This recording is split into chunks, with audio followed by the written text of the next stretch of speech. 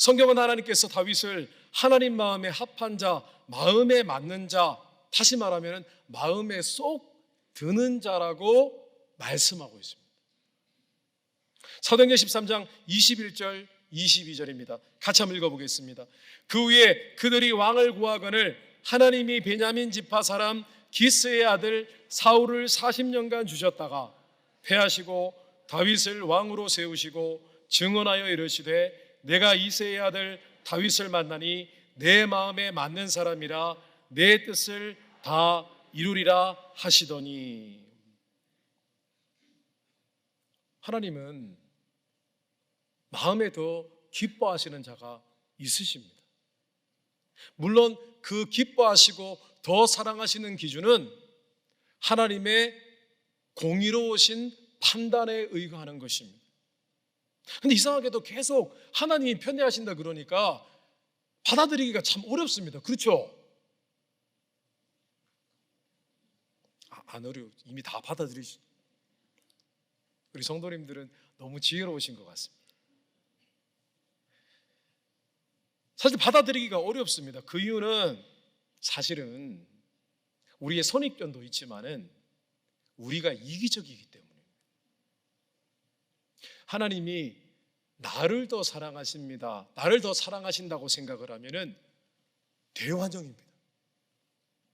근데 하나님이 나보다 남을 더 사랑하신다고 생각하면 질투가 나죠. 자신도 자신의 나름의 공정한 판단에 의해서 편애를 하면서 하나님의 편애는 받아들이기 싫은 것입니다.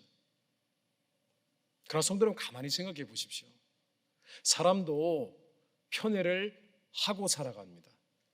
우리는 결코 공정하지 않습니다. 편애를 합니다. 사랑받을 만한 사람을 사랑합니다. 우리끼리만의 비밀입니다. 성도 여러분, 부모님이요, 자녀를 사랑할 때도 똑같이 사랑하지 않습니다. 저는 똑같이 사랑하는데요. 거짓말 하지 마세요, 제발. 그럴 수 없습니다, 사람. 더 사랑을 느끼는 자녀가 있어요, 조금 더. 그리고 거기에는 분명히 나만의 정당한 이유가 있습니다. 예를 들면 어떤 자녀는 내게 너무 살갑게 하고 잘합니다. 부모님을 잘 챙깁니다. 그런 마음이 애틋해집니다. 어떤 자녀는 연약합니다. 연약하기 때문에 마음이 더 갑니다. 그 자녀를 더 생각을 합니다. 그 얘기는 그 자녀를 조금 더 아끼고 사랑하는 것으로 의미를 합니다.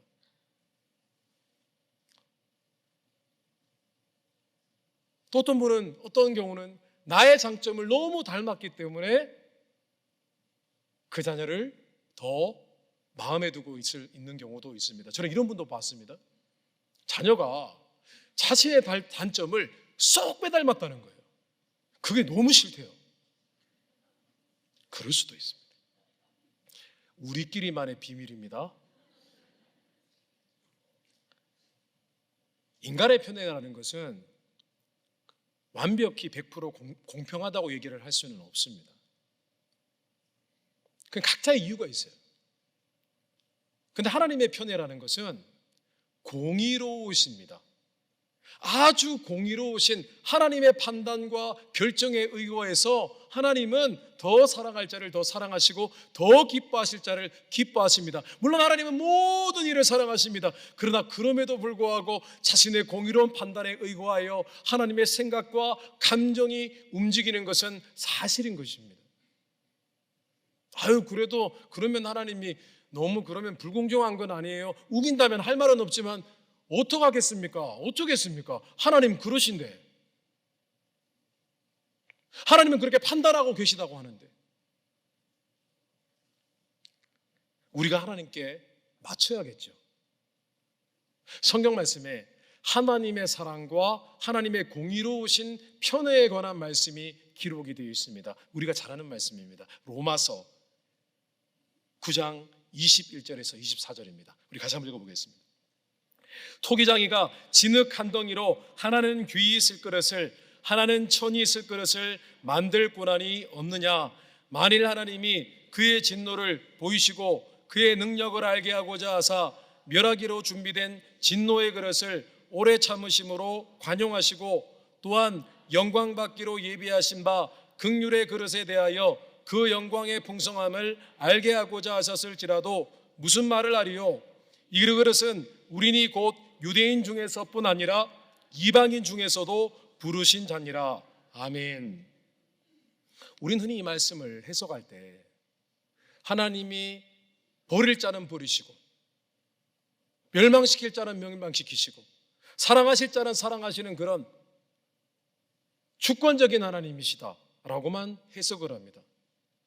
하나님은 싫어할 자는 싫어해버리고 그냥 자기 멋대로 마음대로 마음 내키시는 대로 그렇게 하시는 분이다라고 해석을 하는 경우가 참 많이 있습니다. 그런데 이 말씀을 가만히 묵상해 보면 그런 의미가 아니라는 것을 알 수가 있습니다. 도리어 이 말씀은 하나님의 극진하신 사랑을 설명하고 있는 말씀입니다.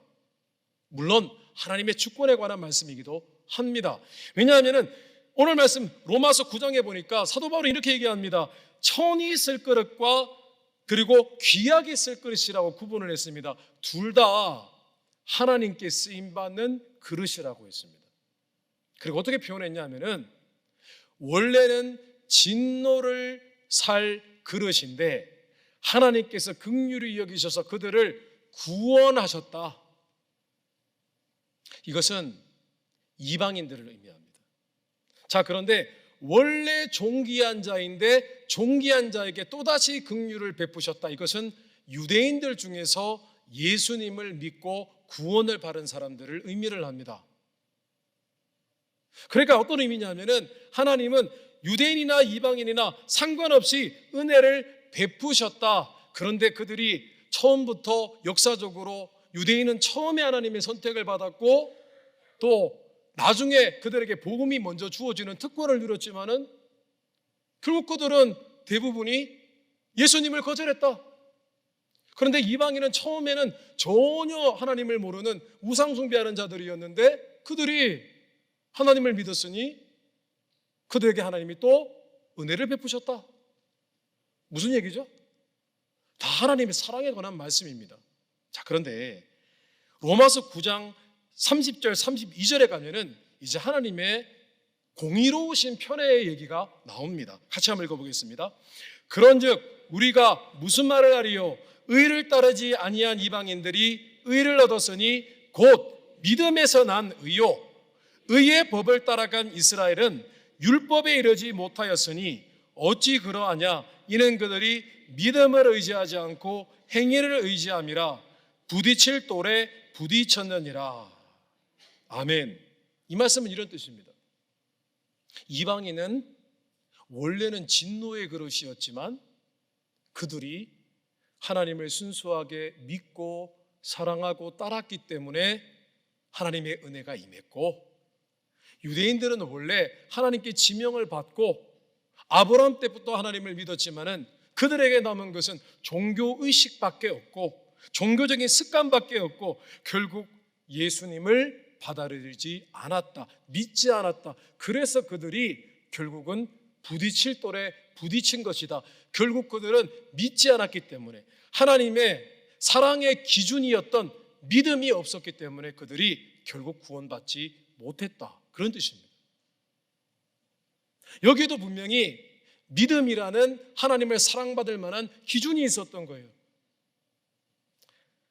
성도 여러분, 하나님께서는 모두를 사랑하시지만 공의롭게 판단하셔서 더 사랑할 자를 사랑하시는 겁니다.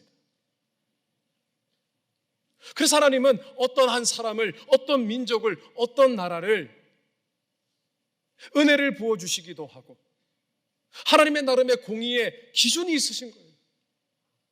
어떤 자들에게는 회복시켜 주시고 어떤 자들은 멸망시키시고 어떤 자들은 사용해 주시는 것입니다. 자, 이것이 하나님을 인격적으로 대하는 우리의 신앙의 기준이 되어야 됩니다. 하나님은 다 사랑하시지만 공의롭게 사랑하시는구나.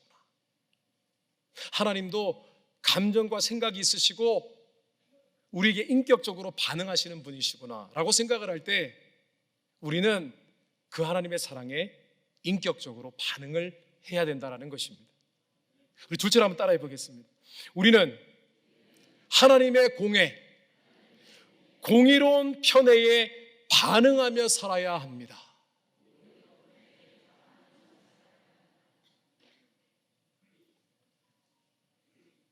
하늘의 법칙이 있고 세상의 법칙이 있습니다. 흔히 하늘의 법칙과 세상의 법칙은 다를 때가 많습니다. 예를 들면은 하늘에서 천국에서 큰 자가 되려면 이 땅에서 작은 자가 되어야 되고 겸손한 자가 되어야 됩니다. 그런데 닮은 점도 있습니다. 그중 하나가 바로 하나님을 더 사랑하는 자가, 하나님을 더 기쁘시게 하는 자가 사랑을 받게 된다는 법칙입니다. 여러분.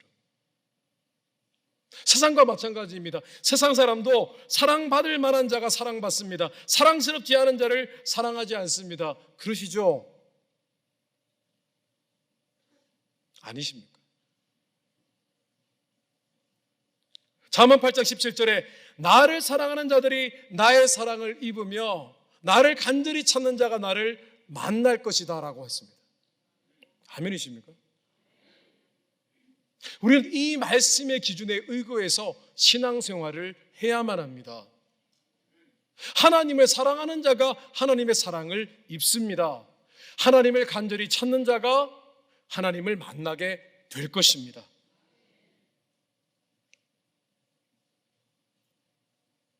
하나님이 자신을 더 사랑하는 자들을 사랑하시는 분이심을 우리가 알고 우리는 하나님께 더 사랑받는 신앙생활을 해야만 합니다. 우리가 기왕 하나님 아버지의 자녀가 되었습니다. 자녀가 되었으면 어떻게 해야 됩니까? 아버지의 사랑을 독차지해야죠. 하나님 사랑 내 거라고 해야 됩니다. 아닙니까? 사랑해 주든 말든 그냥 보편적으로 사랑해 주시면 됐지 뭐. 그렇게 하시겠어요? 거기에 만족하시겠어요? 저는 그렇게 생각하지 않습니다. 그래서 우리는 이제부터 하나님 사랑을 갈망해야 됩니다. 얼마나 하나님 사랑을 갈망해야 되냐면은 하나님 사랑을 시기하고 질투해야 됩니다. 여러분. 하나님 사랑을 시기해야 됩니다. 질투해야 됩니다. 왜냐하면 하나님도 그러시거든요. 야고보서 4장 5절입니다. 우리 같이 한번 읽어보겠습니다. 너희는 하나님이 우리 속에 거하게 하신 성령이 시기하기까지 사모한다 하신 말씀을 헛된 줄로 생각하느냐. 아멘. 하나님은요, 우리의 사랑을 독차지하시기 위해서 시기 질투하신다고 성경은 말씀합니다. 이 말씀에는 세 가지 교훈이 담겨져 있습니다. 첫째는 하나님이 우리의 사랑을 독차지하지 못하셔서 시기 질투하게 해서는 안 된다라는 교훈입니다.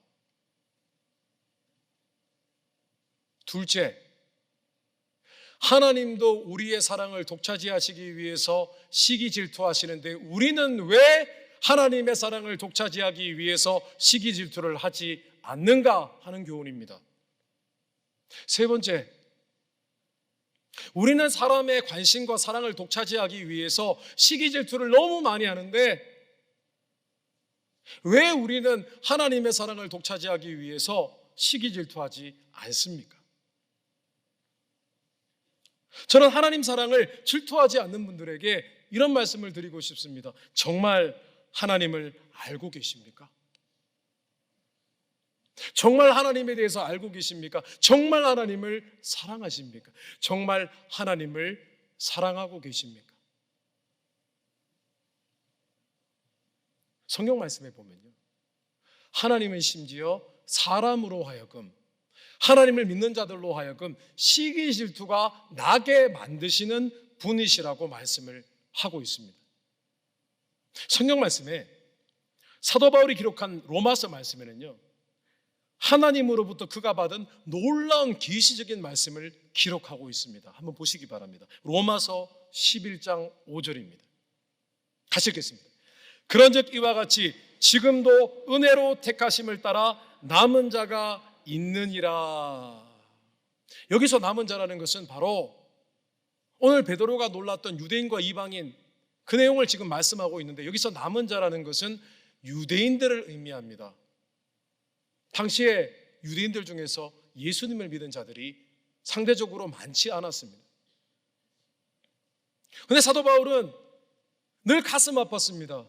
내 동족이 수천 년 동안의 신앙의 역사를 가지고 있는 자들이 하나님의 구원에 이르지 못했다는 사실이 늘 가슴 아팠습니다. 그런데 하나님께서 그에게 놀라운 계시를 가르쳐 주셨습니다. 뭐냐 하면은 유대인들 중에 아직 구원받을 사람이 남았다는 거예요. 이어서 로마서 11장 11절 말씀입니다. 같이 읽어보겠습니다. 그러므로 내가 말하노니 그들이 넘어지기까지 실족하였느냐? 그럴 수 없느니라. 그들이 넘어짐으로 구원이 이방인에게 이르러 이스라엘로 시기나게 함이니라. 아멘. 지금 이 말씀은 이런 뜻입니다. 유대인들이 믿음에서 실패했다. 그들이 넘어졌다.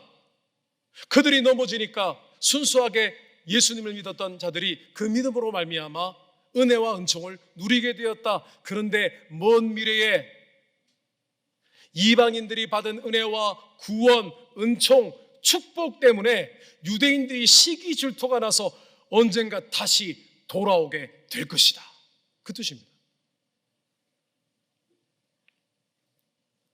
여러분, 실제로 지금 이스라엘에는 놀라운 역사가 일어나고 있습니다. 메시아닉 주, 예수님을 믿는 유대인들이 하나님께로 계속해서 돌아오고 있습니다. 그 땅에는 예수님을 믿는 사실이 소문이 나면은 핍박을 받습니다. 때로는 어느 날 폭탄을 담은 박스가 도착합니다. 터지면 죽습니다. 그런 일들이 일어납니다. 그런데요, 유대인들이 예수님을 믿고 성령의 은혜를 경험하게 되면 이들의 신앙은요, 우리들과 수준이 다릅니다. 제가 한 번은요, 유튜브로 메시아닉 주들이 하나님께 예배하는 모습을 보았습니다. 보는데요, 가슴에 전율이 막 일어납니다. 어떻게 예배하는 줄 아십니까? 그들의 모습은 마치 이런 모습이었습니다. 수천 년 동안 하나님의 사랑을 잃어버리고 살았던 그 세월이 너무 아까워서 견딜 수가 없는 마음으로 흐느끼며 하나님 앞에서 예배하고 기도하더라고요. 막 통곡을 하는 거예요. 그 자리에서 이렇게 예배를 드리다가 주저앉아 버려요. 그냥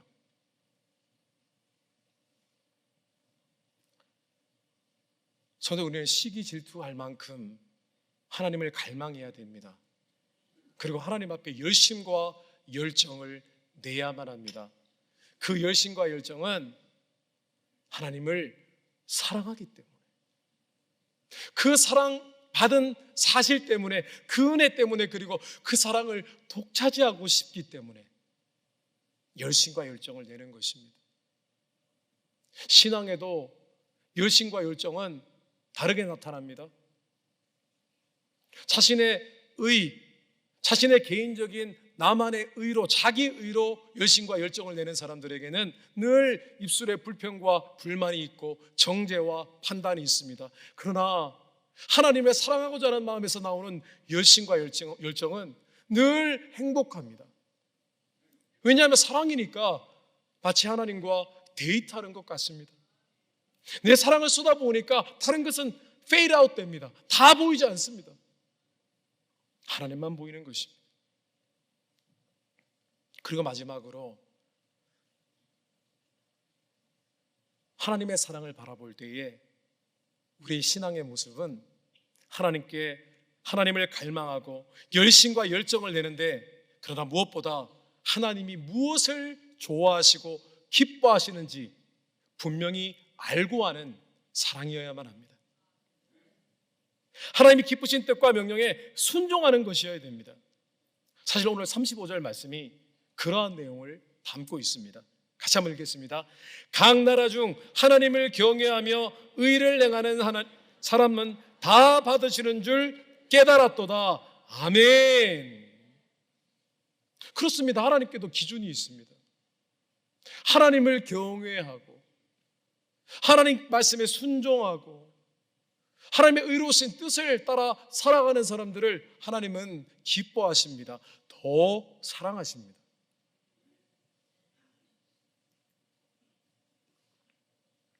하나님은 그저 감정적으로 하나님을 사랑하는 것이 아니라 하나님을 경외하고 하나님 보시기에 upright, 바르고 의롭고 정직한 삶을 살아가는 것, 거룩하시고 의롭고 선하신 하나님의 뜻대로 순종하며 살아가는 것을 기뻐하십니다. 요한복음 14장 21절입니다. 우리 같이 한번 읽어보겠습니다. 나의 계명을 지키는 자라야 나를 사랑하는 자니 나를 사랑하는 자는 내 아버지께 사랑을 받을 것이요 나도 그를 사랑하여 그에게 나를 나타내리라. 아멘. 사실 이 말씀은요, 그냥 하나님 사랑에 대한 말씀이 아니라 어떻게 하나님의 사랑을 독채하지 하는가 하는 방법을 말씀해 주고 있는 말씀이에요. 이 말씀은 놀라운 축복을 담긴 말씀입니다. 누가 나를 사랑하느냐? 내 계명을 지키는 자가 나를 사랑하는 자다. 나는 그런 자를 사랑한다. 그리고 그에게 나를 나타내리라고 하셨습니다. 이 말씀은 어마어마한 말씀입니다. 여러분. 내가 직접적으로 그의 삶에 나의 존재를 드러내겠다. 무슨 말입니까? 너의 삶에 내가 함께 한다는 것을 도저히 부정할 수 없는 경험을 하게 해줄 것이다. 그 뜻입니다.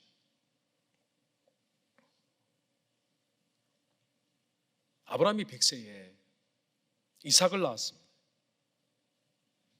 그런데 그때 하나님께서 아브라함에게 시기 질투하셨습니다.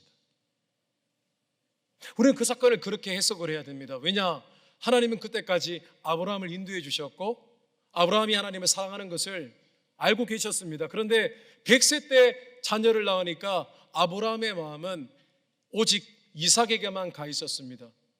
이삭은 자신의 생명보다 중요한 존재가 되었습니다. 그때 하나님께서요, 아브라함을 테스트하기로 작정하셨습니다. 무슨 테스트였을까요? 사랑 테스트였습니다. 사랑 테스트. 하나님이냐 자식이냐, 누구를 더 사랑하느냐라는 사랑 테스트를 해주셨습니다. 그런데 이 사랑 테스트를 하시기 위해서 하나님은 한 가지 명령을 하십니다. 내 자식 이삭을 나에게 제물로 바치라 라고 명령을 하셨습니다. 이 명령이 무리가 아니었던 것은요, 지금 우리가 생각하기에는 이해할 수 없는 명령이지만 당시에는 이미 다른 타 종교나 우상 숭배를 할 때에 우상에게 바치는 제물 중에서 자식 하나를 바치는 인신 제사가 가장 좋은 신앙으로 여겨지는 때였습니다. 이미 그래서 하나님은 다른 우상 종교의 방법을 빌어서 아브라함의 사랑을 테스트하신 것입니다. 그런데 명령을 주셨습니다. 자식을 바치라고 하셨습니다. 자, 이제는 사랑 테스트가 순종 테스트로 바뀐 거예요. 사랑 테스트였는데 명령을 주셨기 때문에 그 명령에 순종해야 되기 때문에 순종 테스트가 되었습니다. 자, 이 명령을 들었을 때 아브라함은 이제 고민을 했을 것입니다. 밤새도록 잠을 이루지 못했을 것입니다.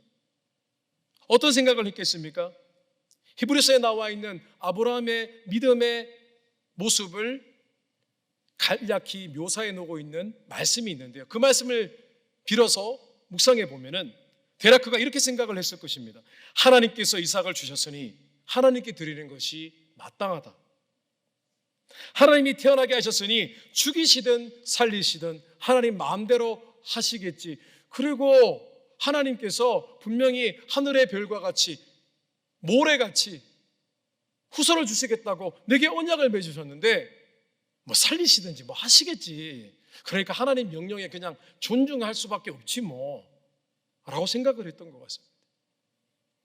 그리고 이삭을 데려갑니다. 칼을 들었습니다. 하나님의 명령을 존중히 여겼던 것입니다.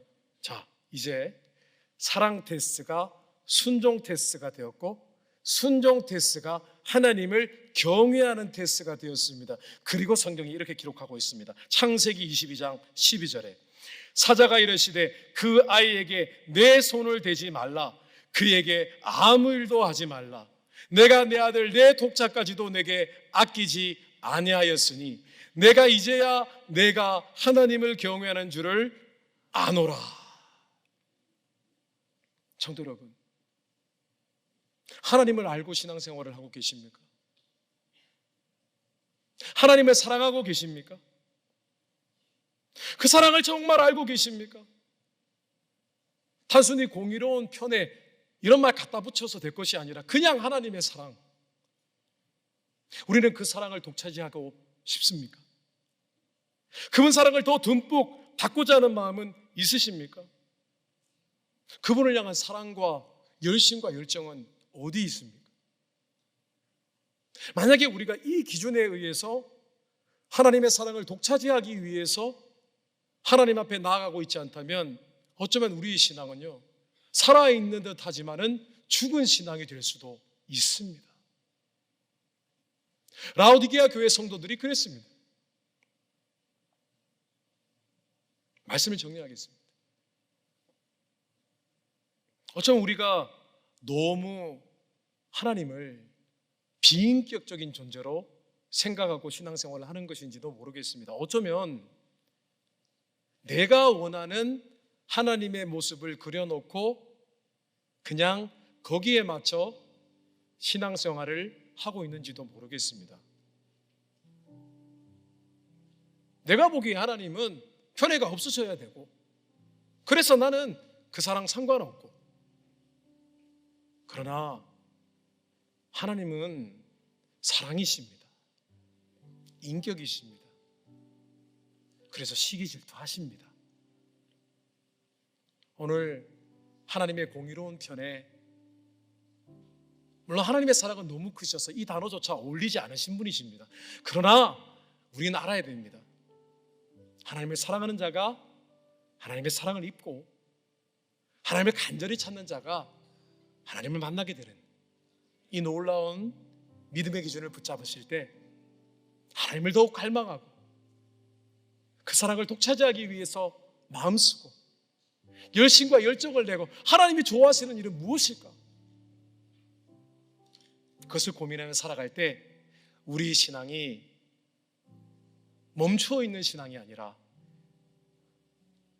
온전히 생명력 있고 하나님을 정말 사신 하나님으로 생각하며 함께 교제하는 그런 삶을 살아가게 되시기를 주님 이름으로 축원합니다. 생명의 말